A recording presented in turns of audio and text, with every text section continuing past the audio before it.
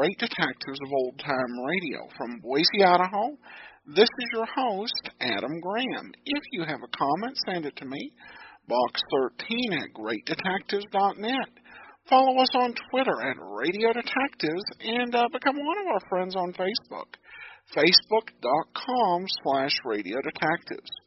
Well, before we do get started, I do want to let you know this program is brought to you by the financial support of our listeners. Thanks so much for your support, and I particularly want to thank Lori and Susan so much for their support. We'll send along access to the premium site as we do with all donations of $7 or more, and you can support the show at support.greatdetectives.net. Well, now it's time for this week's episode of Nick Carter. The original air date is April the 27th of 1947, and the title is The Case of the Luminous Spots. In crime.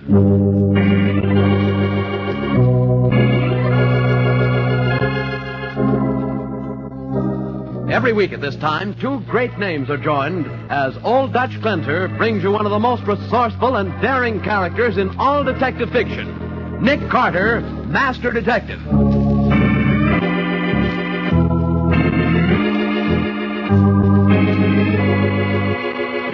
Patsy, get every boy belonging to the club into the gymnasium. Why? What's up, Nick? I've got to make a speech to one of them. To one? Then why make it to 120? Because one of the boys knows the killer in this case. And I don't know which boy it is.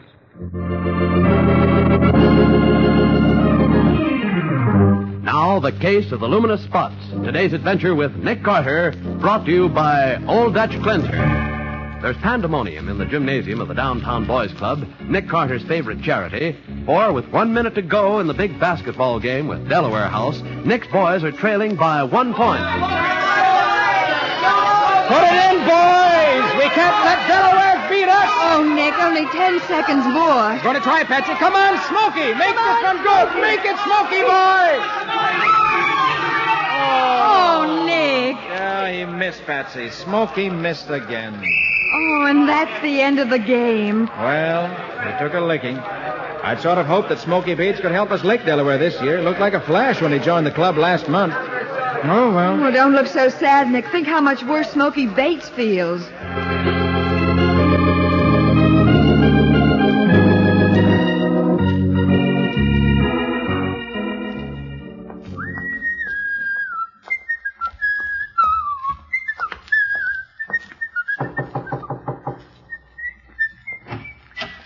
Oh, hiya, Smokey. I've been expecting you. Come in, come in. Hi, Noonan. Hi. Nice little joint you got here, fella. Yeah. Place upstairs used to be a dance hall. This is the basement. Costs us $3 a month rent. Hey, who's the dame? Oh, that's Fran Hollis. Hey, Fran. Yeah. This here's Smokey Bates. Oh, hello, Smokey. Hiya, Fran. Nice game you played tonight. Thanks. Say, which reminds me, here's your dough, Smokey. $25. Nice pay for just missing a few baskets now and then, huh? Yeah, I'll say so. We cleaned up pretty good on the bets, too. Made some nice dough. Yeah, boy, this 25 feels good in the pocket. Ah, that's pin money, kid. Peanuts. We could cut you in on some real dough if you want to play ball. You mean throw another game? Wake up, kid. Wake up. Life ain't all basketball games. But if you're the kind of guy that's got nerve and brains and likes plenty of excitement, you could make plenty of dough. Yeah, Jerry and Jean from your club joined up with Noonan last month. Yeah? Well, what do they make a week, Noonan? Oh, $40, $50 easy. What do you say, Smokey? I think maybe this is just what I've been looking for. You can count me in, Noonan. Good, it's a deal. Meet me here tomorrow morning at 7:30, Smokey. Bring 20 newspapers and a screwdriver. What's the papers got to do with it? Look, Smokey, here's the pitch. You and me's gonna make like we're newsboys in case we get stopped. Oh, I get it. We make like we're on a delivery route. That's right. Only we don't work for no pikers, though, like regular newsies do.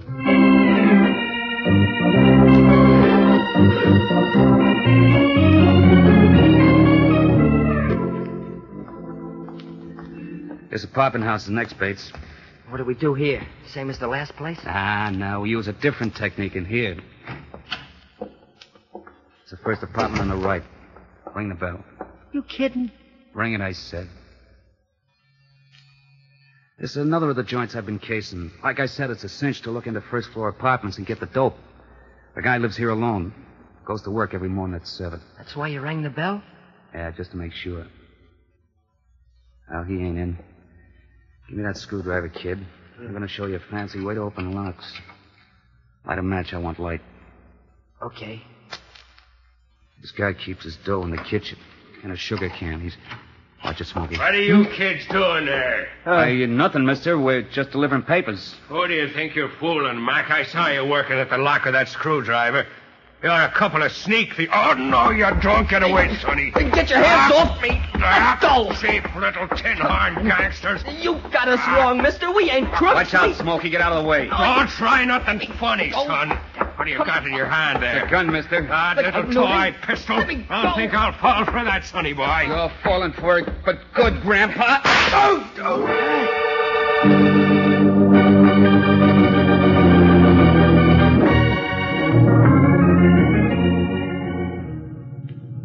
Nick, what's the rush? Where are we driving to? I got a telephone call from Matty, Patsy. Insisted I drop everything and hurry up to 120 Amsterdam Avenue. Says my downtown boys club is involved. It is? How? Don't know. Matty wouldn't say. Here we are, 120. Come on. Right. Oh, all Matty would say was that he discovered a murder. Murder? Hey, that you, Nick? Yes, Matty. It's a nasty case, Nick. Looks like one of your boys is mixed up in it. I'd hate to believe that, Matty. Yeah, well, look here. This corpse is Homer Welland, janitor of the building. Oh. Quiet, you boys, will you? Quiet. He was found dead about a half an hour ago. 22 caliber bullet right through the heart. In some kind of scrap before he was shot, Nick. Yeah, I see the scratches on his hands. And look what we found inside one hand. A piece of wool torn from a sweater, and on it, a small silver pin with the initials DBC. Oh, Nick, it's the Downtown Boys Club pin. Yes, I'm sorry to say. Oh. Well, Nick? Well, Matty, I can't answer for every boy in the club. We've got over 100 members. One or two may be kind to do a thing like this, but... Hey. Huh? Who belongs to this screwdriver? Well, I figured it was the janitor's, but I don't figure all these newspapers. What happened is obvious. Some boy came in here this morning carrying these newspapers, probably to disguise himself as a newsboy. Yeah? Tried to jimmy open the apartment door with the screwdriver. Oh, wait, Nick. How can you tell? Screwdriver's brand new, Patsy. And there are flakes of metal on the end of it that match the metal of the door lock. Oh. See the fresh scratches on the brass? Holy smoke, I didn't... The boy used matches for light. You can tell because there's several burnt paper matches on the floor. Also, the match book, which was probably dropped to the scuttle. Well, that's right. And the janitor interrupted him. There was a fight, and then a murder. Typical case of juvenile delinquency. Nick, we gotta get down to your club and pick this kid up right away. Matty, there are more than 100 kids in that club. It'll take a week to question every one and a month to check their alibis. We've got to work quicker than that. Well, how can we, Nick? The wool from the sweater is your lead, Patsy. Check the stores that sell sweaters. It may be possible to trace the sale to the boy who's wearing it. Uh-huh. Also check the club. Someone may be able to identify the sweater there. Right. Now, what are you gonna do? This matchbook is my lead, Matty. It's got the address of a candy store on Sherman Avenue on it, near the old Sherman dance hall. You know the place. Yeah. The gang may be operating from around there. They are. I'll find them. I don't like cheap tin horn crooks, especially in my club.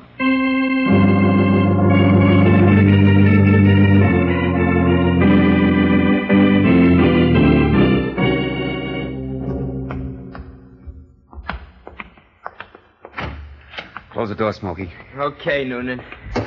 Hi, Noonan. Hi, Jerry. Hi, Gene. Fran ain't here, huh? Nope. Hi, Smokey. How'd you make out? Lousy. Are you kidding? Took $33 in cash and some jewelry. You call that lousy? I call murder lousy. Murder? Yeah, it's like I've been telling you, Noonan. It's okay swiping a few bucks, but I don't go for killing. I'm getting out of here right now. Running out to squeal to Papa Nick Carter, huh? Like fun you are. Oh. You need a little slugging around to wise you up, pal. Okay. You're talking up, too, Noonan. But I can take you anytime. Your wind's bad, Noonan. You're weak. Why don't you play a little basketball, huh? Easy, Smoke, easy. You'll knock his head off. Watch out, Smokey. He's reaching for his pistol. Noonan. Yeah, I dropped him. He'd have squealed on me sure as anything. Listen, Noonan. Now, look, you guys got to help me get rid of the body. Yeah, get rid of it yourself. I'm getting out of here. Me too, and don't wave that gun at us, Noonan. It only holds one shot. We'll be gone before you can reload it. You're in on this killing, too. Remember that. We're in, but we're getting out. Like Smokey said, bucks is one thing, but murder's something else. If you guys start to We talk... ain't gonna squeal, Noonan. Don't worry about us. Just start worrying about Smokey. He'll do more talking dead than he'd ever done alive.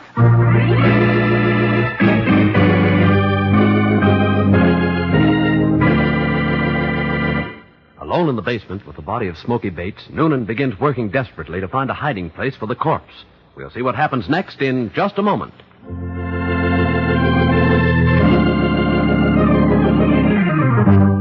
Now, back to the case of the Luminous Spots. Today's adventure with Nick Carter, brought to you by Old Dutch Cleanser. An hour after the murder of Smoky Bates, Nick and Mattie cautiously descend the steps leading to the basement of the Sherman Dance Hall.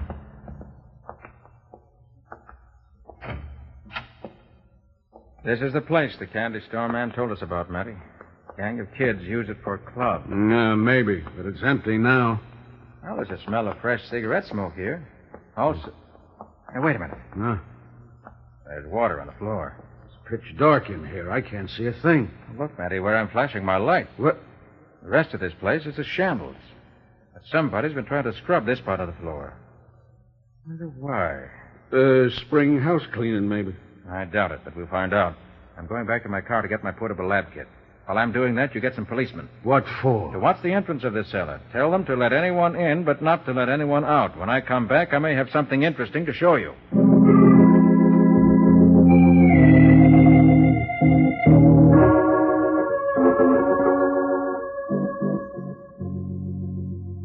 All ready, Matty? Yeah, sure. Hey, what's that thing you got there?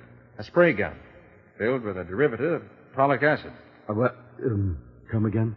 Put out your flashlight and I'll show you something. Okay. Boy, it's black as pitch in here now. Watch. While I spray this acid on the wet spots where the floors have been scrubbed. Yeah? Hey, Nick, there's blue spots appearing on the floor. Glow like phosphorus, don't they? Yeah. They burn just like a blue flame. That's what I expected would happen. Look, Nick. There are more spots up ahead there. Yes, come on. We'll follow and see where they lead to. Right. See? I just keep spraying. The spots keep on appearing. Yeah, sure. But what the dickens is this stuff that's burning? Blood, Matty. Yep. Did you say blood? That's what I said. Pollic acid is a recent discovery. Makes the hemoglobin in the blood glow in the dark. Even if it's been cleaned up? Yes. Enough always remains to react like this. Hey, Nick, look.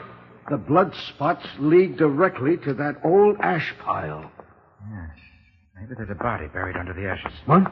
There's a shovel, Matty. Take a look. Yeah, sure, as fast as I can. I'll hold the flash for you. Okay.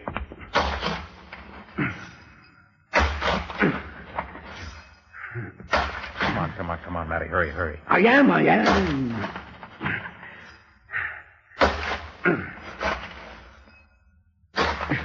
Wait a minute. Yep. What's that? Good grief, Nick. It's a body. Yes. Let me uncover his face. Oh, good heavens. Nick, you know who he is? It's Smoky Bates, one of the kids in my downtown boys' club. Oh, that's too bad. Poor kid, shot through the heart. Probably by the same murderer that killed Welland. Nick, he's wearing the sweater that matches the piece of yarn found in Welland's hand. Yeah. Hey, fellas, what are you doing back there? Hey, Nick, it's a girl. Yeah, I'll douse the light so she can't see us. Yeah, sure, but... When she comes close, I'll flash the light in her face. Fella's doing back in the ash bin. Hello? Oh, you're blinding me. Looking for someone? Who wants to know? This is Sergeant Matheson of the Homicide Squad. I'm Nick Carter. What's your name? Francis Hollis. Looking for someone in particular, Miss Hollis? No. Well, that is a friend of mine wanted me to meet her here, and Her? You usually refer to your girlfriends as fellows? Oh, sure. It's kind of a gag. What's the name of the friend you're supposed to meet here? Sally Brown. Usually meet her here? No, I've never been here before, Mr. Carter. And you know nothing about a gang of boys that hang out here? The gang? Oh, no, Mr. Carter. How old are you, Miss Hollis? Oh, almost 17. It's 2:00. Why aren't you in school? Well, I had a study period, and I kind of slipped out. I guess Sally must have been playing a trick on me. Yeah, look, you better go back to school, Miss Hollis. You might get into trouble. Yeah, sure. I'd hate to get caught playing hooky. Matty, Yeah. have one of your men follow that girl. Okay, Nick. And tell him to let her see she's being followed. Also tell him to make sure she goes to school. Then he's to wait and follow her home after school. Right. In the meantime, I'll do a little checking on her and then rush down to the club. If Smokey Bates was mixed up with this gang, there's a chance some of my other boys may be, too. Okay. Between Francis Hollis and the Downtown Boys Club, we ought to be able to pick up the killer.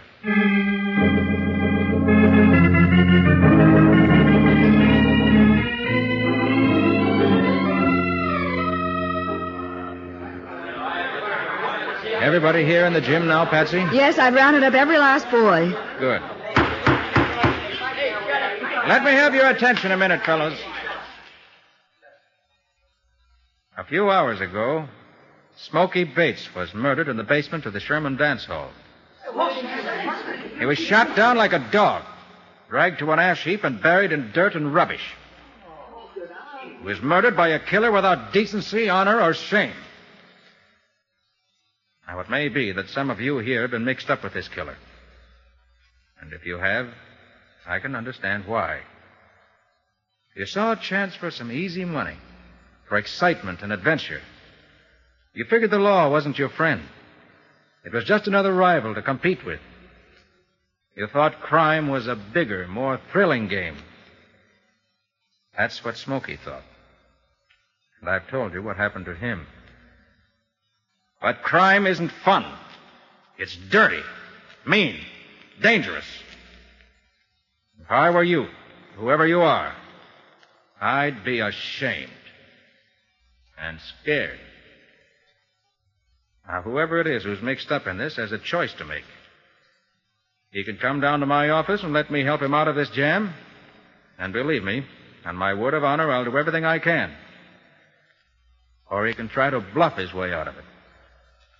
But if he does, heaven help him.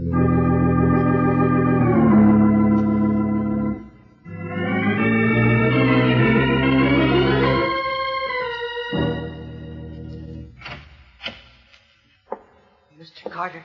Oh, hello, Jerry. Come on in. Come in, Jane. We're the guys. Yeah. Well, fellows, I'm glad you came to me. You're in a bad mess. This is the only way to work it out. Yeah, I guess you're right. I guess it's like you said, Mr. Carter. We just started off doing it for fun. But when he killed Smokey... Who killed Smokey, Gene? I can't tell you, Mr. Carter. Oh, look, Mr. Carter, we'll tell you everything we did. We'll pay back every nickel we swiped. We'll do anything you say. But we can't squeal on this guy. We gave him our word we wouldn't. Okay, Jerry. If that's the way you feel, I'm not going to insist. I'll get him, without your help. But there's one thing I do insist on, fellows. And it's not going to be easy for you. You're going to the police. You're going to confess everything you've done. You're going to take what's coming to you. Understand? Yes, Mr. Carter. Sure, Mr. Carter. Good boys. And if it'll give you any satisfaction, Miss Bone and I are driving to Fran Hollis's home right now. And inside of an hour, the killer of Smokey Bates is going to get what's coming to him.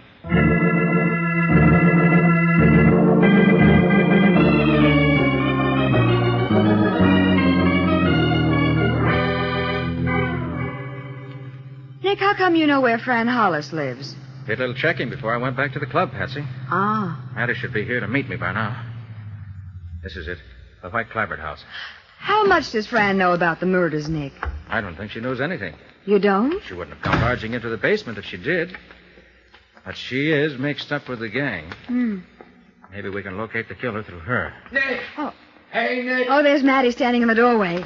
And is he mad? I'm all in the house here, and for the love of Pete, hurry it up. All right. Take it easy, Matty. That bonehead cop let the Hollis girl get away. Oh, no. What? Well, let's have it, Matty. What happened? He tailed her back to school, then he tailed her home. Then? Then about 5 minutes ago, a whole flock of girls trooped in here to see her. A couple of minutes later, they all marched out, and she went with them. And my man didn't spot her. Oh. At least you've got to hand it to her. She's a smart kid. Okay. So what? What do we do now? I'll show you. Come on over here to the telephone. Hey, wait a minute. How come you know where the phone is? I was here a little while ago as an inspector for the phone company. Oh, so that's the checking up you were doing. Yes. See, I figured Fran was smart enough to spot the cop you put on her tail. That's why she came straight home from school. Then she let you in the house? She did. Oh, my man must have missed you, too. Looks that way, doesn't it? But look, how come she didn't spot your voice as belonging to the guy she talked to in the basement of the Sherman dance hall? Because I used a different voice. Oh, Nick. Why are you moving the Davenport? Just so I can pick this up. Hey, what's that thing? Looks like a small radio. Better than that. And I said I was sure Fran would head for home, and she did. She wanted to do some phoning in a hurry. Only I got here before she had a chance to. Yeah, and then what? I set this small wire recorder down here on the floor next to the telephone box. So that's what that is, a wire recorder. Now, look, Nick, wiretapping is out. It won't stand up in court anymore. This isn't wiretaping, Matty. It ain't? No. Don't have to attach it to the phone. Instead, you just lay this wire near the telephone wire. And it picks up what's said over the telephone? That's right, Betsy. Well, I'll be darned. What'll they think up next? I don't know yet, Matty. But didn't she say you leave the recorder? I asked her to get me a drink of water, Patsy, and while she was out of the room, I fixed it, and I'm sure she made a phone call the minute after I left the house. Oh. Now, let's see. Hello, Noonan. Yeah, that's you, Fran? Noonan, what's happened? There were cops down in your club. We were snooping around, and there's been a cop following me all afternoon. Are they wise to the racket? Cops down in the basement, huh? Uh-huh. Hey, that ain't so good. Well, tell me what's up. Okay, Franny, listen. I'm over at the Sherman filling station. Yeah. I just acquired a car. Beat it over here, and I'll tell you what's doing. But the cops are watching my house. Look, baby, use your brains. You can figure a way to get out. Just hurry up over here. So long. Yeah, that's all there is. It's enough. Matty, you stay here and cover the house. Patsy, come with me. There's not a minute to lose.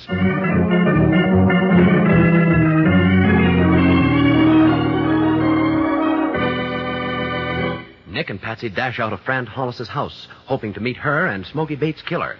In just a minute, we'll see whether they left in time.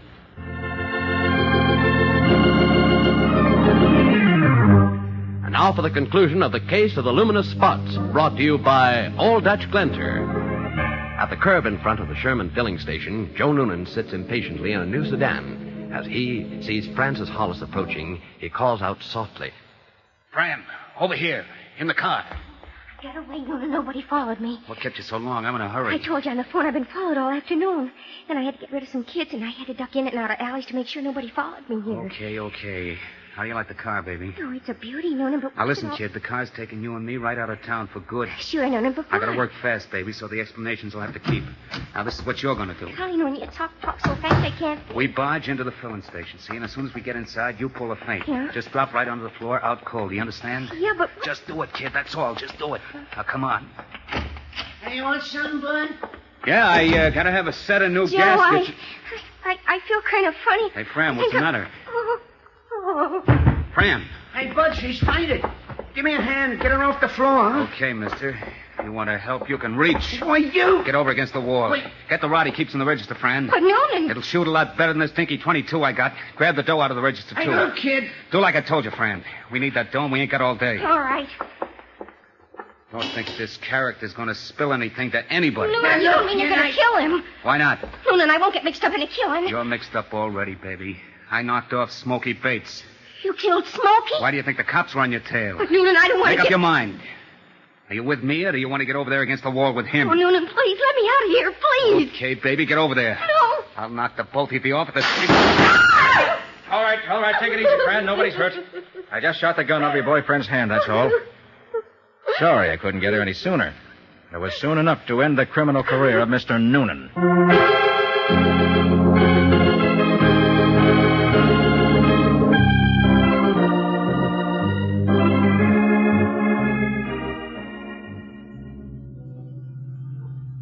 Well, that's about all there is to the case, Patsy. We've got Noonan for 2 murders, and we've got him cold. Yeah, but how did he kill Smokey and Well and Nick? One of the reasons he held up the gas station was to get a revolver. He had a small single-shot pistol that fires a .22 caliber shell. Would have preferred something better, no doubt, but that was deadly enough at close range. Oh. Well, if the case is finished, Nick, where were we driving to this morning? Oh, the case isn't finished, Patsy. As far as I'm concerned, it's just started. What do you mean? We're getting out here. Come on. Oh, but this is the courthouse. We're headed for court. I don't get it. Patsy, you and I are going into that court and put up the fight of our lives for Jerry, Jean, and Fran Hollis. Oh, but Nick, what can you do? Get them suspended sentences, I hope. And then we're really going to work on them at the Downtown Boys Club. You mean Fran, a girl at the Downtown Boys Club? Oh, I forgot to tell you, Patsy. The Boys Club is opening a girls' auxiliary. And you're running it. I'm running it. Oh, now see here, Nick Carter. Listen, Patsy, if I do any arguing this morning, I'm going to do it in court. Those kids aren't hardened criminals. And I'm not counting this case a success unless I save them.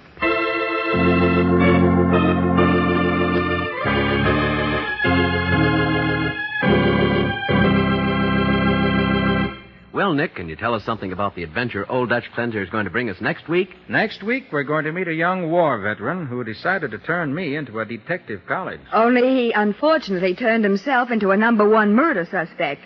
Nick got him out of it by making him wear gloves. Gloves and detective colleges. Sounds fascinating. What do you call the story, Nick? I call it The Case of the Missing Thumb.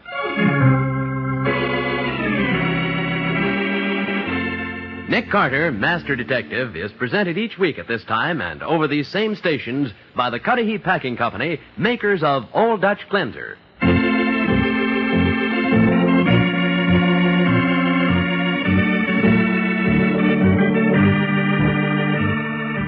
Nick Carter, Master Detective, produced and directed by Jock McGregor, is copyrighted by Street and Smith Publications, Incorporated. Lon Clark is starred as Nick, with Charlotte Manson featured as Patsy. Mattie is played by Ed Latimer. Today's script was written by Alfred Bester. Original music is played by George Wright. This program is fictional, and any resemblance to actual persons living or dead is purely coincidental. This is Bob Martin saying, when minutes count, use Old Dutch Cleanser.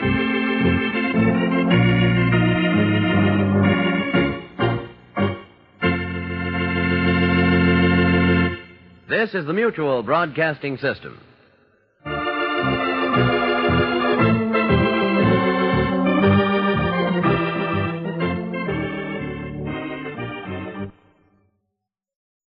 Welcome back. Well, this one episode of Nick Carter was probably one of the most topical stories that Nick Carter did, dealing with the issue of juvenile delinquency, which was a huge, huge concern after World War II. And after most wars, there's typically an increase of it. And trying to head it off in whatever ways possible was something that was the focus of a lot of radio programs of the era. It is good to have the whole idea of the Boys Club mentioned. It's a shame it doesn't play more into it plots, other than giving Nick a chance to address juvenile delinquency. Well, now we turn to listener comments and feedback for a couple of thoughts on some older shows.